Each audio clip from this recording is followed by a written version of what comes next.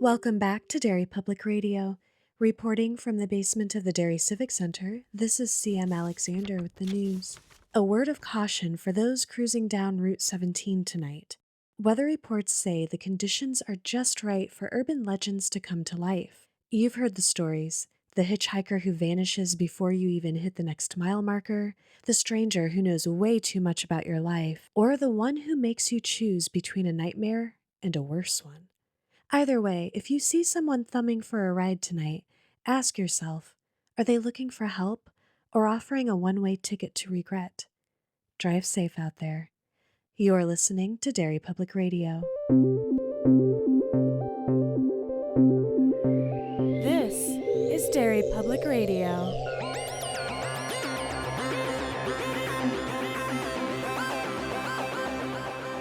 Okay, do we need like a safe word for me to use for each of you? Well, I'll start crying. Your tears are your safe word. Yes. Oh my God, I love that. Thank you. That's Thank so you. I do have to say, not a helpful safe word though. That's not practicing safety. It does fit me though. Sometimes tears just happen. Anyway, none of this is going in the episode. Oh, Eve, you said the magic words. Welcome back to Derry Public Radio, a bi-weekly Stephen King Book Club podcast. I am one of your hosts, CM Alexander, alongside Joshua Kahn. Hey, everybody. And Eve Gatto. Hey, constant readers. And today we are covering another story out of Everything's Eventual, this time Riding the Bullet. And Josh is leading our discussion. I sure am. First off, how many times did you read this story? One. Well, I mean, I read it once in like high school or whatever. Yeah. Like I did this whole book. But yeah, once. How many times did you read it, Josh? I read that fucker 4 times. What? I rode that fucker 4 times. Oh!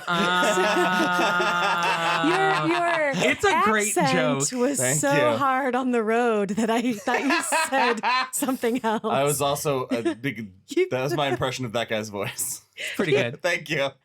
I love a joke that has to be explained. That's also my brand. Man, I hate that we left you hanging so hard. You were very brave in that moment. If I don't know any better, I go all in. That's also my brand. Love it. Speaking of being on brand, this is a bit of a classic Stephen King open where we have a character saying, I've never told this story before because telling it makes it smaller. I might disbelieve it myself.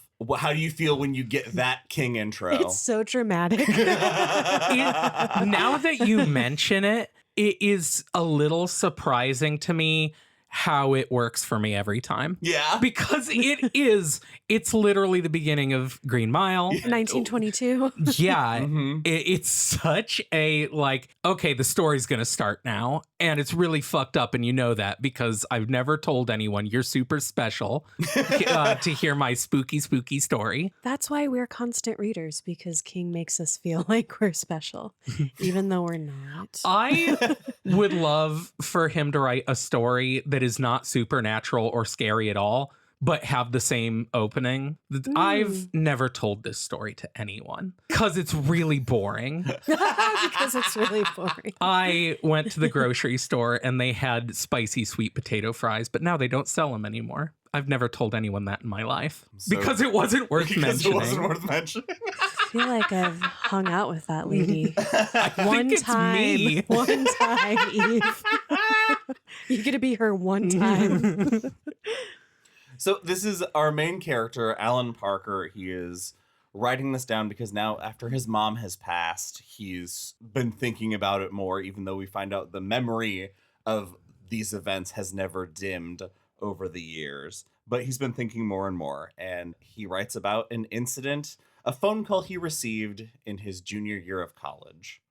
He's a philosophy He's just doing major. really well. I don't know if he's a major in philosophy. He's doing really good in it. Yeah, because he actually says that after this occurrence, he dropped philosophy because he's like, the way I understand the world will never change that night. Yeah. And Plato doesn't talk about ghosts enough.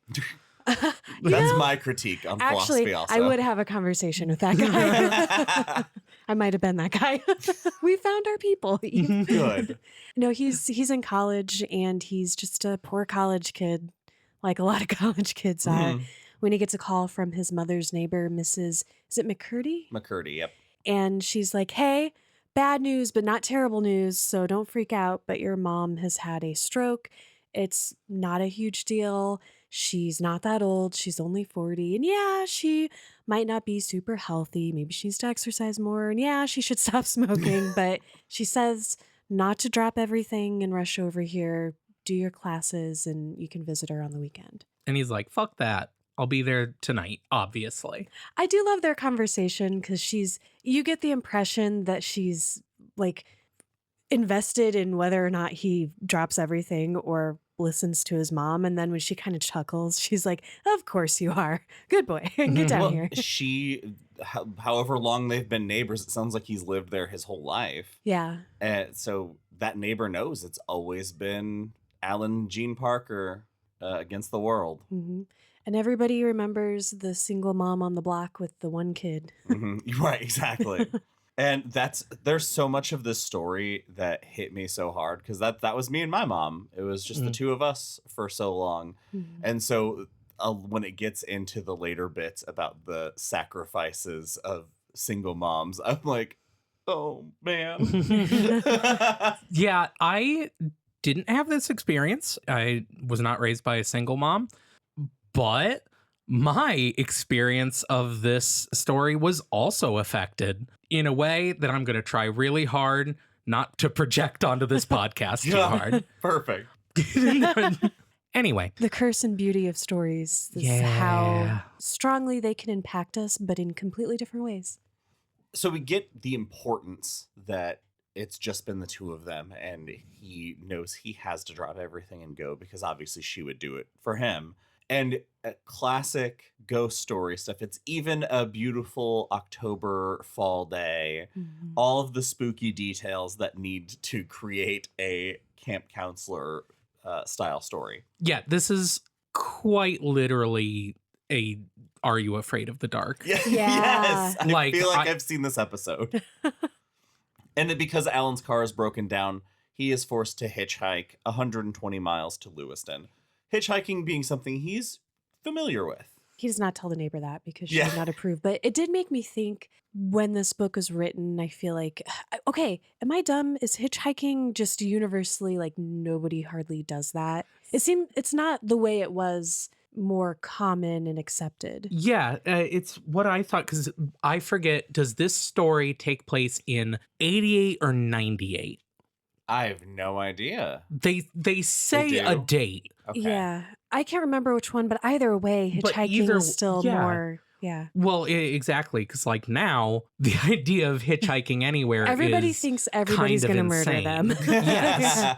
But yeah, everyone in this story just kind of acts like, the hitchhiking. It's something that is a normal thing that people do.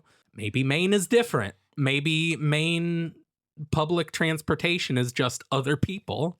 Just thumbs. Yeah. So Eve, it sounds like you haven't hitchhiked. No. I have not either. Although it's hilarious that we're like, oh, hitchhiking, how dangerous, getting into a stranger's car. And how many times have we fucking Ubered or Lyfted constantly. It's just how society views things. Also, this is the most I've ever felt like a boomer on this podcast. Things are different now. Back in my day, hypothetical people used to hitchhike. This used to be a real country. Oh my God. So Alan does get picked up. First guy he rides with is kind of innocuous and takes him for a bit. The second guy, however, keeps trying to crank at his hog, and he describes it as grabbing like he's trying to catch something wandering around. At one point he says he's like grabbing himself so hard he's uncertain how he doesn't rip his balls off. And what really bothered me though, because I just assume guys do that. I've seen you. What really bothered me. We've all seen you, Josh. Yeah, you made real strong eye contact with me when you're doing it right now. Well, now that you've brought it up, they're itchy. Okay. It's like when you think about getting the hiccups, sympathy you get the itches. hiccups. Yeah. This episode is Balls been a itching disaster is from the contagious. start. Actually, When you see someone sneeze, What was I even What were we saying? talking- Oh, what really bothered me, aside from this, is that he smells like pee. yeah. I'm like, that would be so Mhm. hard to sit in a car with somebody who smelled like pee. I don't think I've I had could to do it. Every page that we're in the car with this old man, he ages another 10 years in my imagination. Because Yes. at first he's Yeah. just like, I pictured him as like, what's his name from Firestarter? The old man the guy that that takes him to picks, the farm. yeah. Yeah. Who was like an older gentleman, but who was Functioning. a functioning Yeah. adult. Yes. And then, this guy, first he's just a weird old guy who's too loud, which old people do.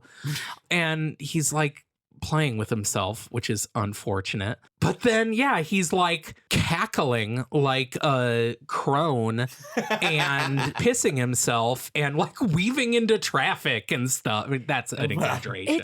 It gives People me, are flashing their brights Yeah. at him. Yeah. It gives me it vibes when adult Bev goes back to the apartment because it's this older person who, King could be playing on our fears of aging, Mhm. I like how you described it it's like each page he's like 10 years older because Mhm.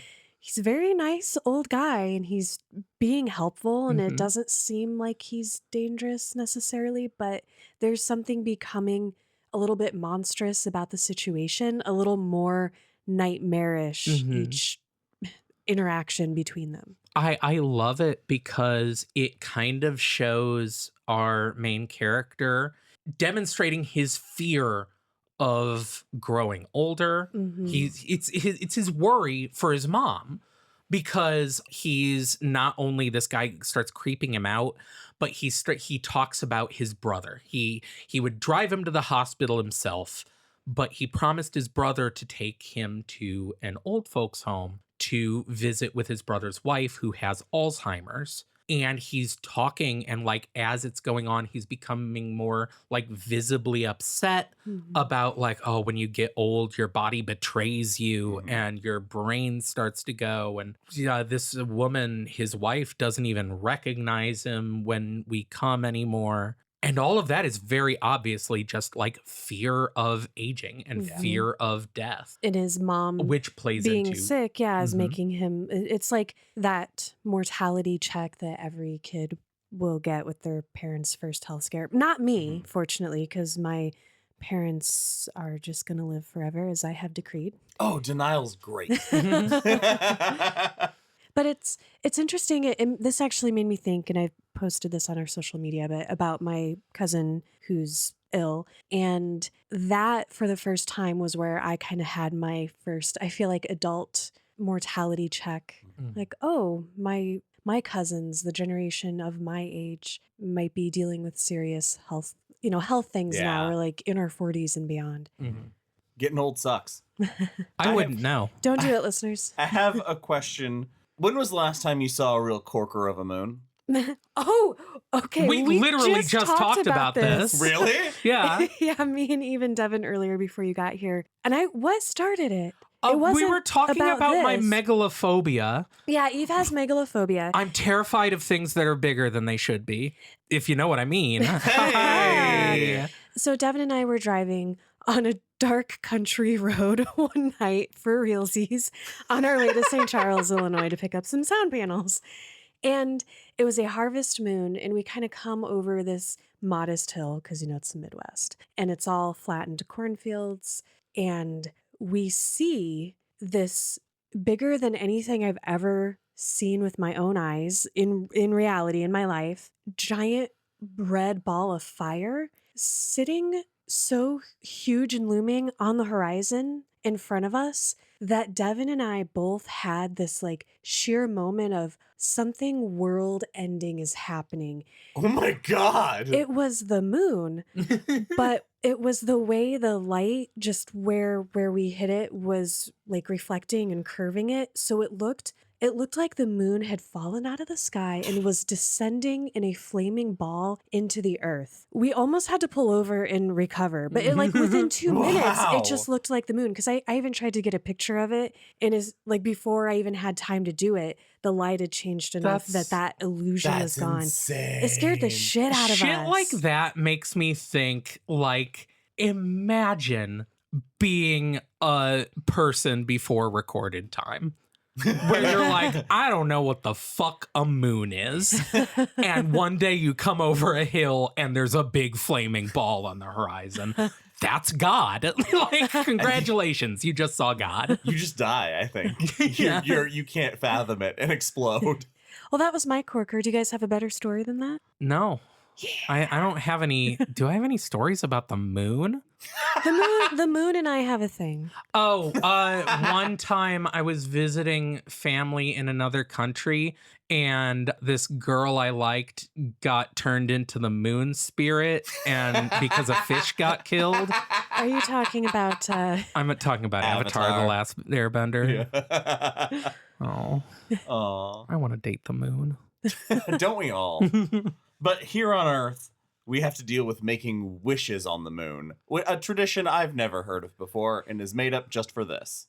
Yeah, and at first I thought it was really cool, Mm-hmm. but then the way he reflects on it later makes it a scary thing It Like, to really do. almost is. immediately, Yes. he's like, wait, that's not a thing. I wish that we I could do?" take that wish back Just that simple line immediately. of him, because he wishes that his mom would know who he was when he walked in the door and be okay. Mhm. And then he's like, instantly, I wished I could take it back. And that filled me with such dread that I just know, and I hate this. Next time we have a harvest moon, I'm gonna think about this and I'm gonna grapple with whether or not I'm ballsy enough to make a wish. Okay, something just occurred to me though, because hearing you say his wish is that his mother will be fine. Mm-hmm. At no point in the future does he go, well, yeah, when there was like, I want my mom to live because I was just thinking about it. It becomes later on, he makes another wish, more or less. And he's Yeah. never like, nah, they even out. Oh, that's true. Good point. Yeah. You're talking about his guilt. Gotcha. Yes. Okay. Yeah, well, We'll get there. yeah, let's revisit that because I like that. So the end of the road here, the old guy says, I'll drive you the rest of the way. He says no. In his head, he's like, I can't deal with any more of your voice or the Yeah, smell. he says it's like glass shattering in his ears. Which I listened to the audiobook and the impression of that final like scream the old guy does, really effective. Ooh, Very I didn't well listen done. at all. Yeah. Okay, cool. Oh, that explains why you missed my amazing joke at the top of the episode. Yeah, It was that's too on the it. nose. Sorry, my mistake. So I have to make myself feel better. The point is, he gets out of the car and he thinks for a second the guy's gonna grab him and pull him back in, like he's not gonna have a choice. I kind of wondered if he was too. It was effective. And as soon as he gets clear of the car, he's thinking, "Oh, I made so much out of this. I was having a panic attack. Maybe I was getting too riled up. This is on me." Probably should have just stayed. Let him. Right. Yeah. Well, it makes sense because here in just a few minutes, he's going to suddenly realize that he is exhausted. Because at this point, it has been 5 hours since he got the call and he's been hitchhiking, a stressful thing to do, I assume. Mhm. So, like, it's very possible that just he's in this worked up state, worried about his mother. Sometimes your brain does weird stuff. Yeah. True. One of the things I like about this story is so much of it can be like, there's no, other than the button, there's yeah, that's no I was actual just thinking that's the reasonable. only thing. Yeah. And even that is like You'd have to make more some metaphor than real button. I don't assumptions. know. Yeah. Well, anyway, he decides he's going to rest on this break in the fence near a cemetery because he'll be able to rest his legs. He'll be able to see a car coming from the direction. But he decides to look at some gravestones. This tricked me because he describes the cemetery. It's described beautifully and as being serene. The light is beautiful. There's a little bit of mist on the Yeah. ground. And he looks at a tombstone that my brain read George Stark. Yeah, oh, yes. And I Same. was instantly just so, Although from this moment on, I was getting strong Road Virus Heads North vibes from this. Yeah. It just made me think of that story a lot. And a little bit of Mute, but mostly Road Virus. But yeah, he sees George Staub. And he died about 2 years ago, 21 years old. 2 years and 2 days. Yeah. Yeah. And so he's the same age as our guy. And there's something very upsetting written on it. Because on his way to this tombstone, he was thinking about his mom, and one of his mom's sayings was, "Fun is fun and done is done." And he leans over and reads this tombstone, and the epitaph says, "Fun is- done can't be unfun." Bun. Nice. Right? Oh my God. Yep. Yes. This guy's reaction to this, I thought was kind of funny. Because he, literally, he just says this phrase, "Fun is fun and done is done." And then he looks down and immediately sees it on this gravestone and recoils. He falls backwards and, is terrified and immediately thinks, my mother just died. Yeah. At this second, as I read that, it's over. Even if that thing said fun is done, coincidences exist. Sure. Well, I think this shows us he's a very superstitious person. Yeah, already. I think he has so. to be, because his certainty that something bad is going to happen is so strong that he's manifesting Which signs. is even funnier as the story goes on, because the whole story, when you break it down to its core, what happens is it's a guy constantly predicting the future and being wrong. At every step of the way, Yes. he's like, oh my God, I can see the future. And then it doesn't happen. But the problem is the thing that he is so positive. It's like Jake. Every time he opens the door, he's positive this other world is on the other side, and he so desperately needs that to be what's on the other side. This is the opposite of that, where every chance there is to find out that terrible news, that's always going to be the first thing that comes to his mind, and that sort of hell would drive me insane. It gives you the same feeling of anticipation. Yeah. Luckily, it was a big old misunderstanding, because it just said, "Well begun, too soon done." And thank goodness he only hit his elbow and not his head. Yeah. Oh my God. Could you imagine if he hit his head? Yeah. What sort of trouble we'd be in for? Woo! Luckily, there's he sees headlights and makes his way down to grab his pack and gets in a car, a loud, fast Mustang.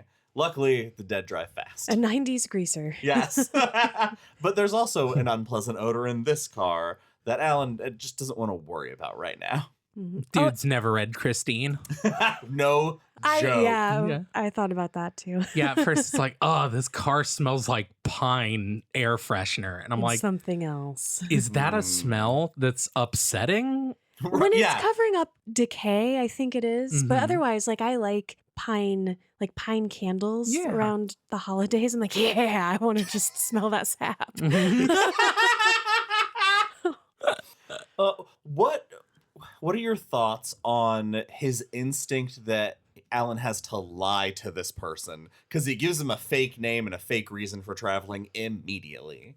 I think if you're hitchhiking, I imagine that you would probably, if you were worried about it, but still doing it, they'd probably try to read people really well. And so I don't know. It was very credible to me, because I'm like, this guy would know when he gets in a car with somebody. I think anybody would, if there was a weird vibe. When you walk into a room, if the vibe is weird, right? Sometimes, yeah. I mean, if you can read a room. Yeah, for me, sometimes.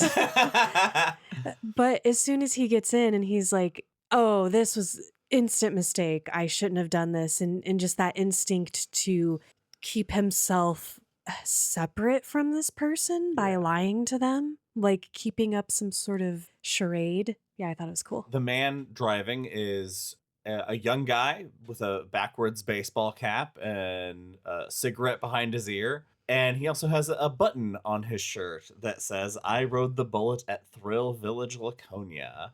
I like too that he has barbed wire tattoo on his bicep. And Oh, it has to be the 90s then. Mhm. yeah. Our mistake. 90s greaser. And so it makes when we see that he has something around his neck too at first, it's like, Yeah. oh, it's a barbed wire tattoo. He's that guy. He also has it around his neck.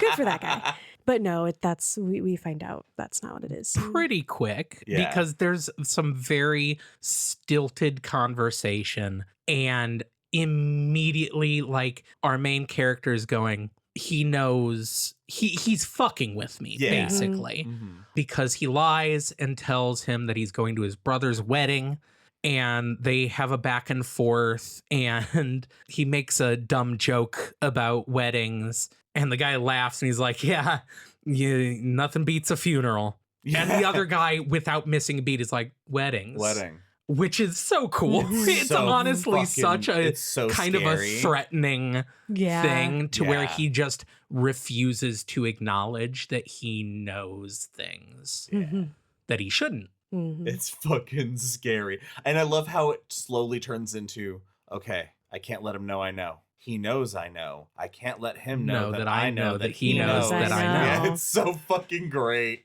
The panic just really sets in. And as he's like having this realization, that's when he starts noticing things. Like the fact that the line around his neck is not a tattoo. It is the stitches where the doctors reattached his head. And he introduces himself as George Staub. So we have dropped all illusion. We're riding with a dead man. I love that he like reaches up for the cigarette at one point, and the shirt comes up, and he sees the stitches in his chest too, and he's like, "I didn't need to see that. I didn't need it." My favorite is when he starts smoking, and the smoke is seeping out through the holes in his neck. I like when our guy wonders if he still has any of his guts in his body, or if it's stuffed with cotton. Yeah, like Winnie the Pooh. What did you think of the $750 caddy story? And how it ties into the overall story. I liked that. It again, it gave me Roland from Christine vibes. It's I feel I don't get it. I mean, I get that it's a dead person in a car.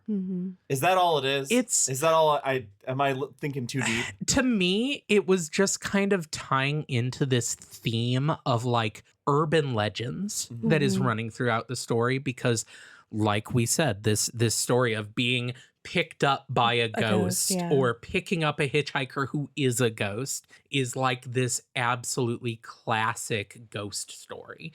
And so he tells this story that's just kind of another friend of a friend of a friend knows a friend who this happened to. It's a nod to the inspiration for the storytelling device of this tale of realizing your own mortality. I was definitely going too deep. All right, thank you. George then tells the story of what he was doing. He was on his way back from Thrill Village because he had some work out there. He stopped by to get some beer, and the narrator in his head finishes the story of, and then you got into a car accident and they found your head in the back seat, which is amazing. How do you feel about, what do you guys think George Staub was like when he was alive? I think it's pretty clear. He was a little barbed wire tattoo tells me you're a little broy. You have to look at it in the context of the 90s, right? So maybe he was just a big Pam Anderson fan. yeah. Like a bro. I guess. Yeah, I don't know, but it's a throwaway line, but he's like, oh, the day that I died, I was going to go to this Thrill Village theme park with my girlfriend, but she had a really bad, her period was really bad and it hurt her a lot. So I was like, no, I'll go on my own. And it's said in, maybe it's the acting in the audiobook. It's said in just such a, how it is. It's like not judgmental at all. Yeah. And I'm like, oh, that's kind of nice. I bet this guy's an all right guy. Forward thinking. And seems like a chill dude. And he was like bringing the button that says I rode the bullet. He was bringing back home to give his girlfriend as a joke to say, oh, you were too sick. You didn't get to ride the bullet. And I was like, that's cute. I like this guy. Yeah. He does seem thoughtful. But as he's telling the story, he asks Alan, have you ever been to Thrill Village? And he says yes. And he's like, who'd you go with? You couldn't, you went when you were 12. You couldn't have gone alone. That was and he's upsetting. Like, oh, I didn't mention my age. Or my name. Or my name. That he knows. Yeah, when he just calls him Alan. Because he gave him a fake name. Hector, his roommate's name. But he talks about the bullet, and Alan shares this story about how he pestered his mom to write it, and she wasn't skinny then, is what he basically says, and she was chain smoking then as well, and she didn't want to wait, but she did. And then when push came to shove, when he was next in line, he got too scared, and she swatted him across the neck, walked him to the car, and didn't speak to him the whole drive home. This is, the part where he just really casually drops that his mom would occasionally hit him, and he's like, well, you know,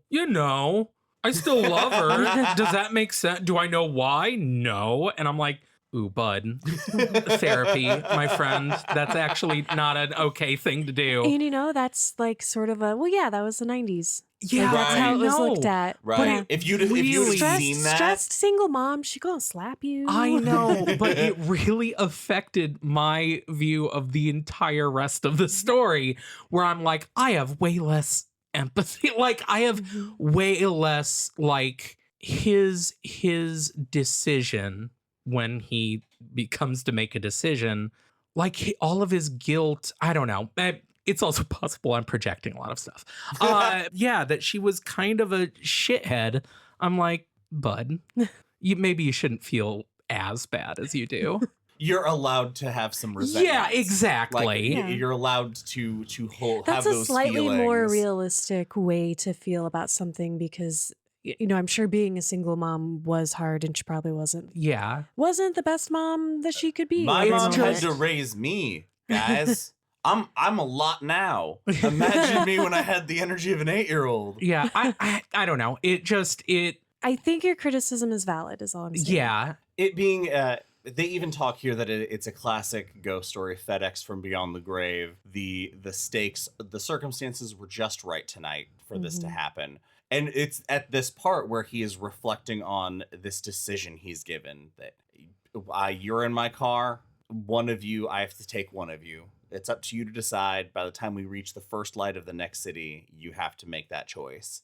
And if you don't, I'm taking both of you. So the part here that when he starts going through those circumstances that he was raised in, how hard, mom having to work several jobs and all these things, like so many of those like really hit home. it was like them versus the world. Yeah, it absolutely was. And that's, I felt that way growing up by my whole life. It was just me and mom going against the world. And there is that, like, that team that you build when it's just you don't have a mom who takes care of you. You have a mom who you take care of each other. Right. Yeah. And it's a different dynamic. We are a unit. It's bittersweet. Yeah. Because like no kid should have to be part of that team, but the circumstances of life make it that way. Yeah. And everybody does the best they can. Right. Hopefully. and my mom wasn't perfect. Like, and my mom has it kind of not in the way this story forces it, but like my mom was always very accountable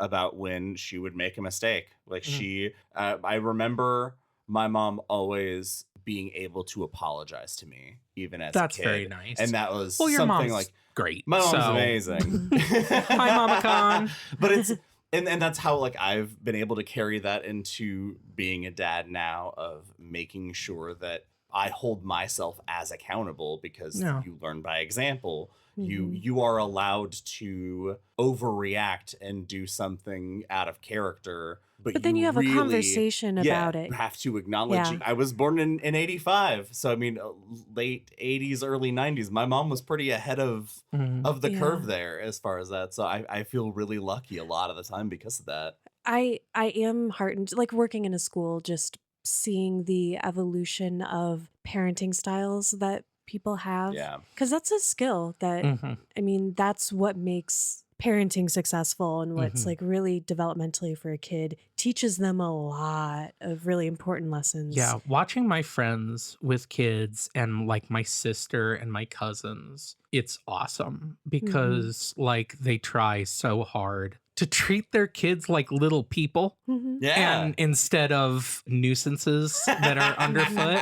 I feel like each generation, like we do have to give credit, each generation has tried to improve the situation they had. Absolutely. Because I think about my mom when she was a kid, what parenting was like that is like me looking back, I'm like, that's abusive, isn't it? Like it just it's so different from what we see now. And that's to the credit of every generation, you know, just collectively. I know there are exceptions of people who are like, I'm going to do this better. I'm going to take the things my parents did that were meaningful to me, and I'm going to use those, and I'm going to improve them, and I'm going to get rid of all the other shit. And your kids will do the same, you know, to you. Yeah. God willing, anyway. The series of justifications Alan proceeds to go under gets really complex. And he lands on something that it's the first thought that jumps out to me, and it's that no parent should have to outlive their child. Yeah, same. Is like, well, that's when you're talking about someone who's at the end of her life because, oh my God, she's 40. 48. 48. I'm 21. Sorry, I'm 40, so I kept aging her to be 40. Oh, you got too connected to the mom. No, but just his like, oh, she's so fucking old, my 48-year-old mom. And I'm like, okay, if you were my son, I'd be like, you little shit. I'm still young. Right. I don't know what I was saying. Now I got so caught up in that. Talking about it being the natural order of things. Yeah.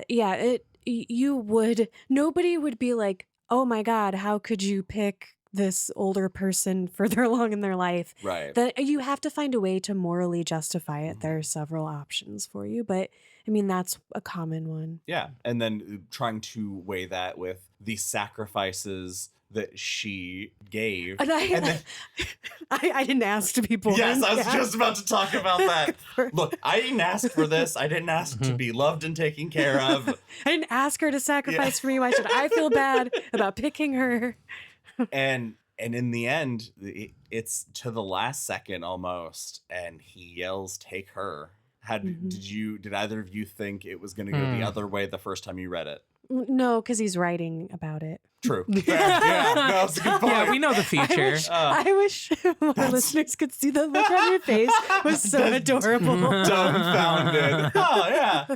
Well, and I guess it occurs to me you got so swept up in what was happening. What we coming to find out later that it was 9 years later that she died. Yeah. That question came to me after taking that into account. I guess adding it here in context. You need to ask that at the end of the episode. Yeah, it made it stupid now. I love the way that you just logicked yourself into not having made a dumb comment. That's so impressive. This episode is all about my brand. We're seeing it all in action. After he selects his mom, he closes his eyes and the car stops. And the car doesn't stop. Oh, no, the car doesn't. He waits to be just chucked out into the night. He's chucked out, yeah. And he thinks that George is going to rip his heart out before he does. Yeah, because he's touching his chest. I assumed to unbuckle his seatbelt. That's what I thought. And she's having a smoke and he's taking it. Anyway, never mind. We gotcha. So he braces for the feeling of hitting the ground before realizing he is already on the ground. I love that. That's like a dream. That's very cool. Where you're falling and you're bracing and then you're like, oh no, wait, I'm already here. I just like that he whispers pleasant dreams in his ear before shoving him out. That he reaches across him and he can, for a split second, smell the death and rot coming off of him so strongly. Do you guys feel like, okay, if you died and then this was the afterlife where you had to be an Uber driver, basically, do you feel like you'd be like, oh, interesting, I didn't expect this? Or would you be like, dang it, this isn't what I wanted? Or like, are there other errands that you have to do as a ghost? I love the show Dead Like Me. I haven't seen that, but I've heard it's good. I would be a Grim Reaper. I would be totally down for this. 100% on board. Yeah, in Dead Like Me, it's about a girl who dies by getting hit by a toilet from space.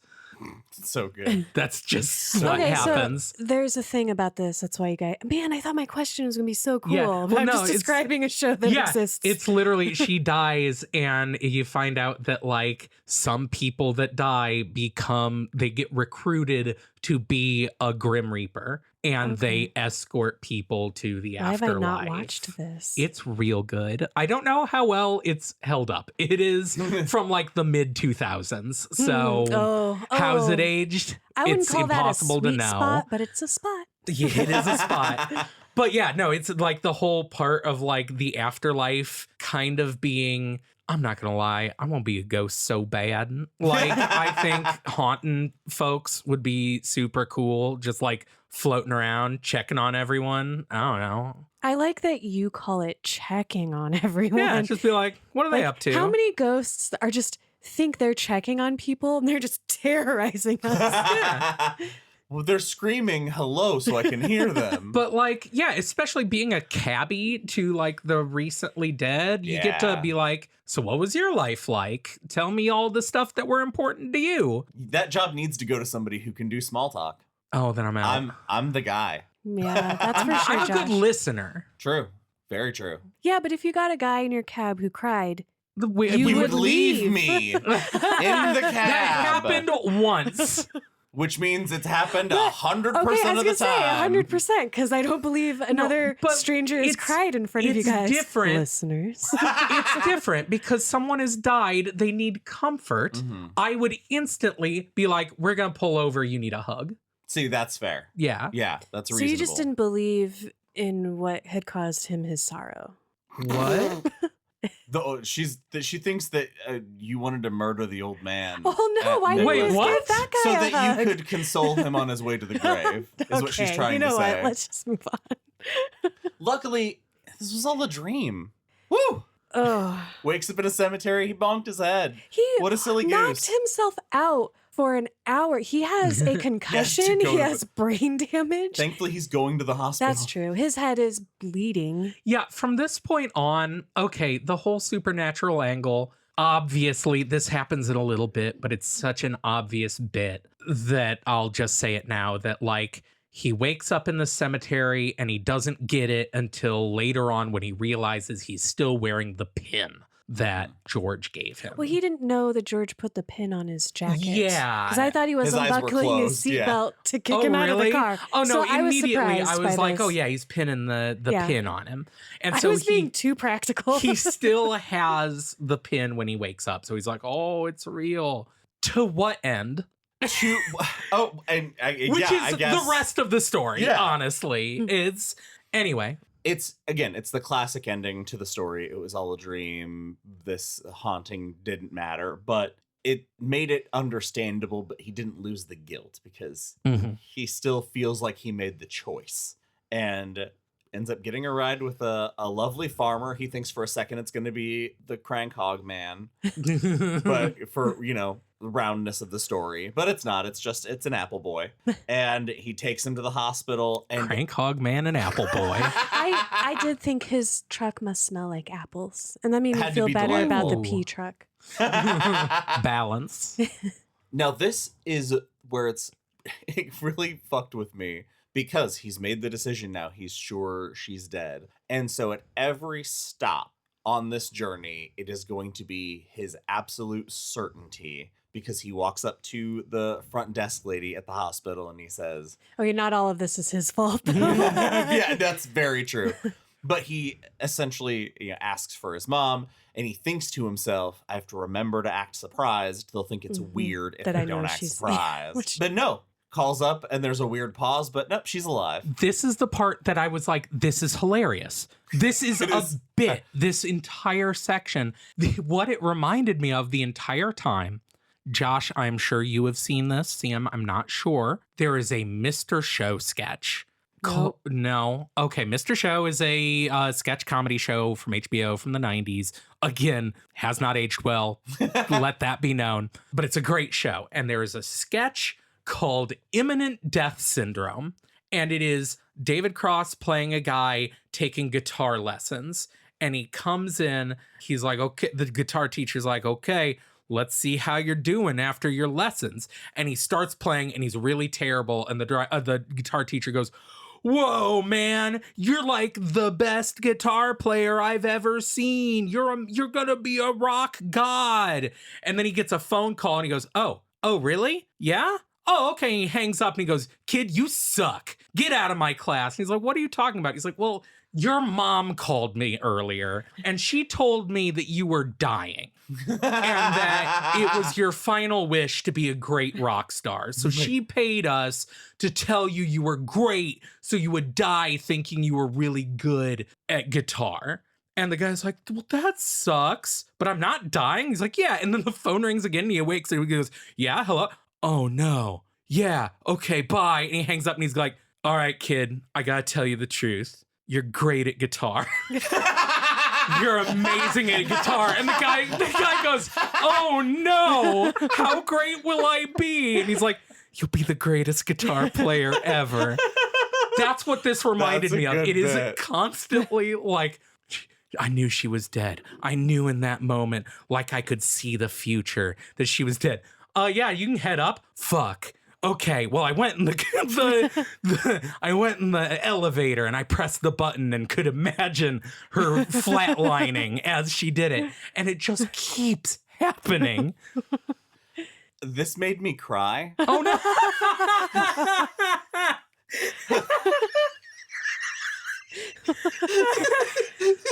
We have very different brains, Josh.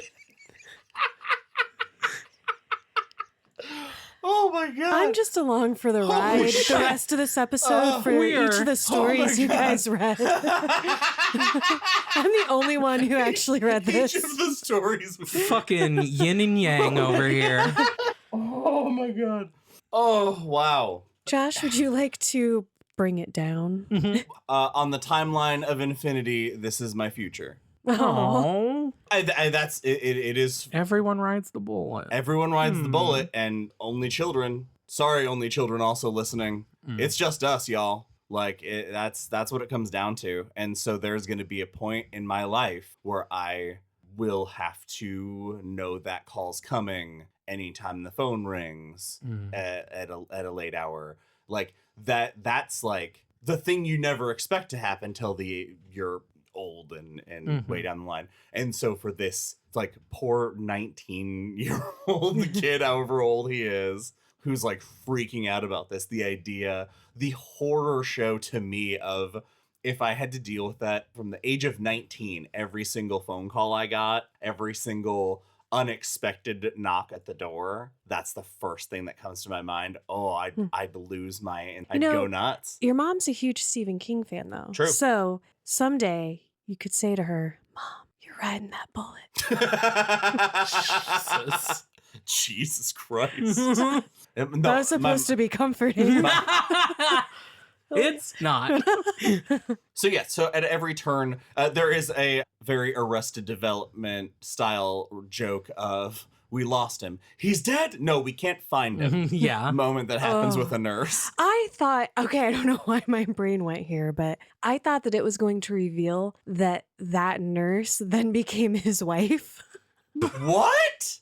I had this whole side story concocted in my head that this was going to be about like not just facing, the idea of your own mortality, but it was also going to balance it like we've been seeing. And it was going to also be the story of how like that nurse who for a second made him think his mom had died. Like that was a meet cute. We did read 3 separate books. I read a love story. Yeah. So anyway, he goes through, he ditches the button in the garbage before going up the elevator, eventually makes it to his mom, and she's very sleepy because she's been given her medication. And they talk for a little bit, and she brings up the memory of the bullet and apologizes for that day. Scary that they both were thinking of that. Right. But I mean, if that is the standout moment of out of lineness, they always say you remember lows more than highs because lows are less frequent, so they stand out more. So she remembers, she apologizes for that moment, and he feels like the lowest being in the universe that just a bit ago he said, take her. Okay. Here's my number one main problem with this story. This guilt is bullshit. Okay. So I am very familiar with the emotion of guilt, y'all, because I was raised in the church. I won't go into it too much, but I will say that my particular brand of churchery taught me at a very young age that having a sinful thought is exactly as sinful as committing the sin. Mm-hmm. Wild. Yup. An unbelievably unhealthy thing to teach anyone, let alone a child.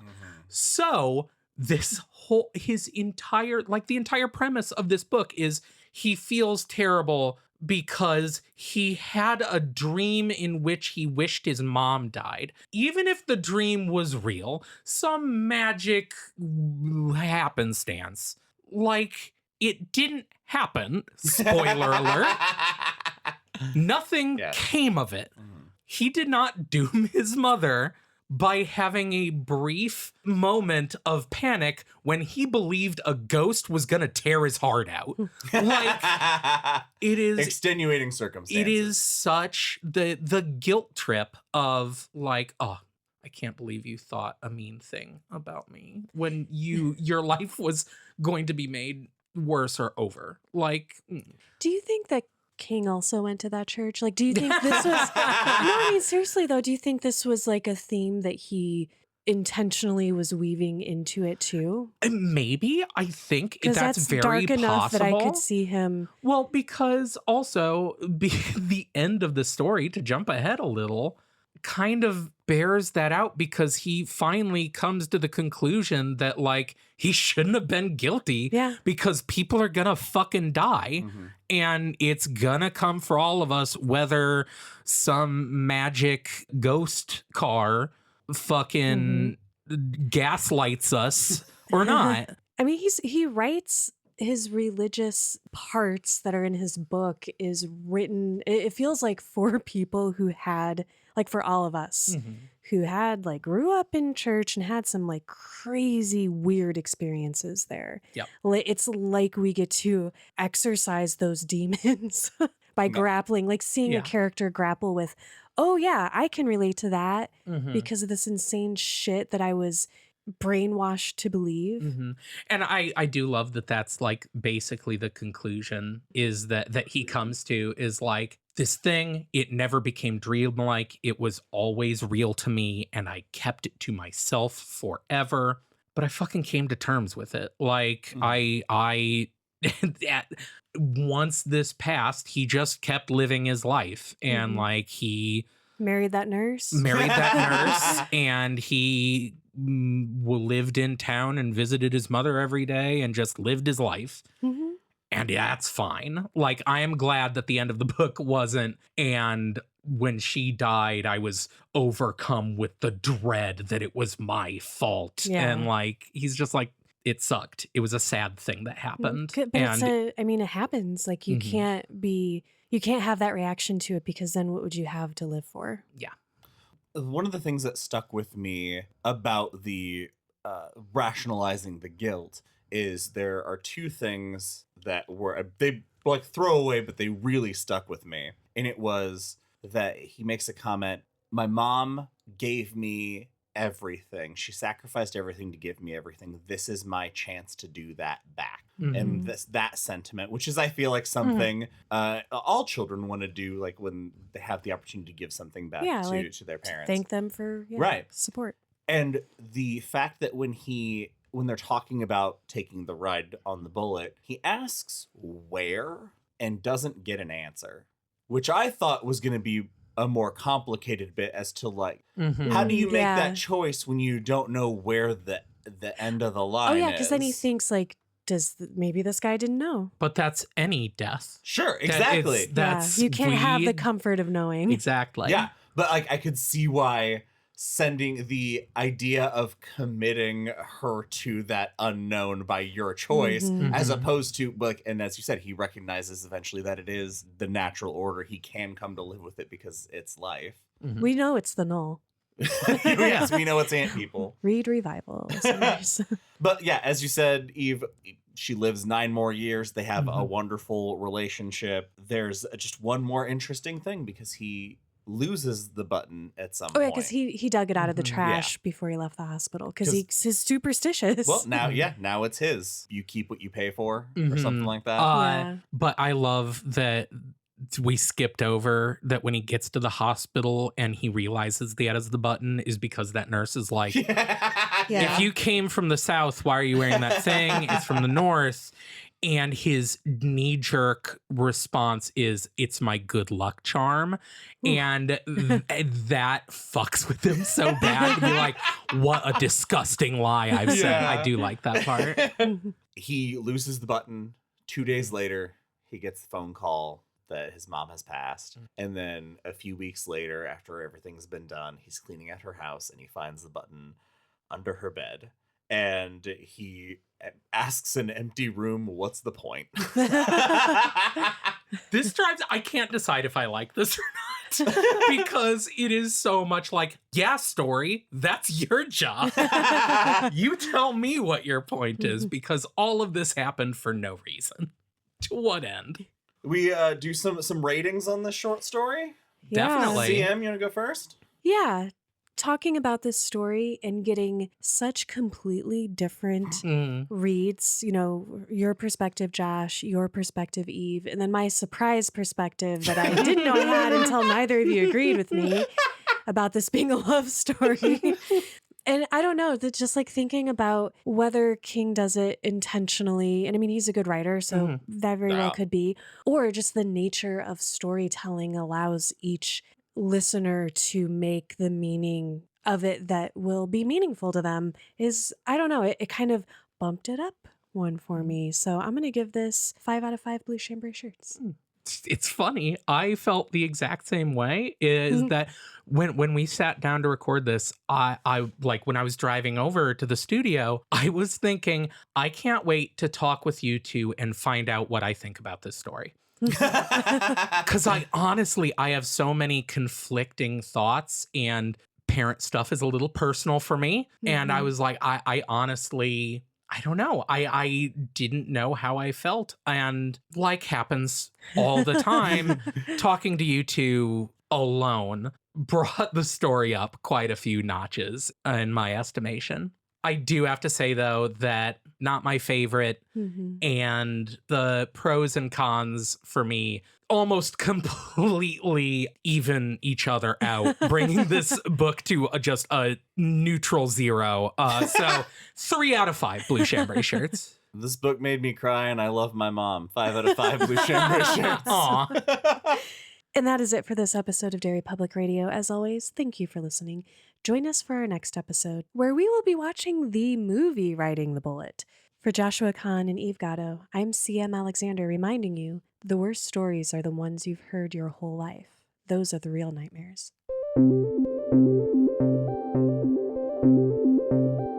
Hey everyone, CM Alexander here. Thank you for listening to Riding the Bullet. We hope you enjoyed it. Share your chambray shirt rating with us on our Facebook or Instagram at Derry Public Radio or X at Derry Public. You can also email us at derrypublicradio@gmail.com or chat with us and other horror and King fans on our Discord. The link for that is in the show notes. As always, if you enjoyed this episode, please give us a rating on whatever platform you're listening on so other listeners can find us. If you'd like to support the podcast and get some exclusive merch and deals, join our Patreon, where you can also get monthly bonus episodes and a backlog of tons of episodes for you to listen to starting at the $5 and up tier, plus some bonus stuff and Etsy store discounts for each tier you join. That's patreon.com/Derry Public Radio. That's all for now, listeners. Goodbye.